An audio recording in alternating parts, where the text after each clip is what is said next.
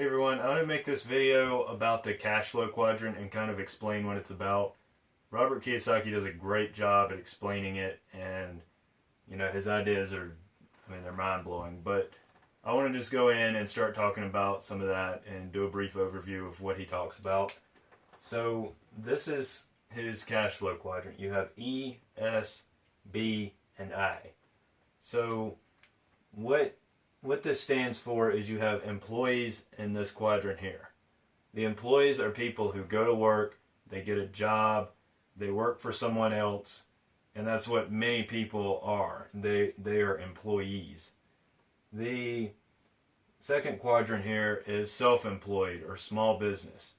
And what this is people who have the mindset of, I can do it better myself. I can do it myself. I'm going to start my own business. And maybe they have a few people working for them, a small little operation. And that's great.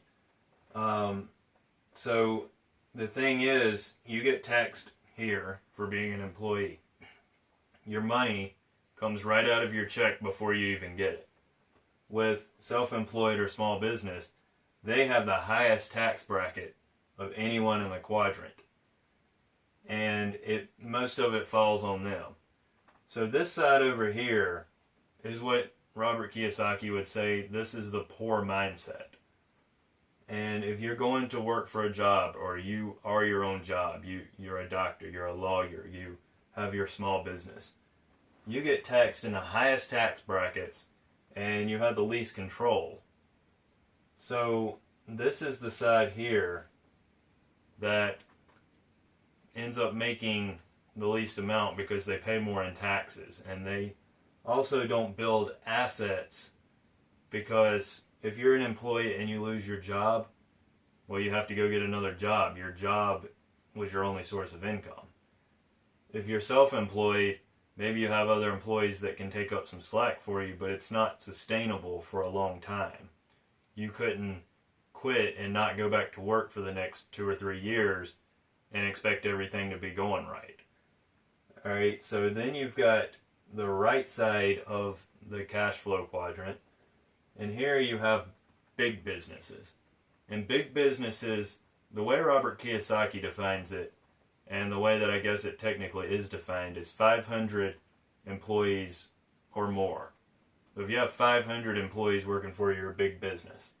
And that is how it's defined. But if you're running a business that essentially you can run on autopilot, I would about classify it here.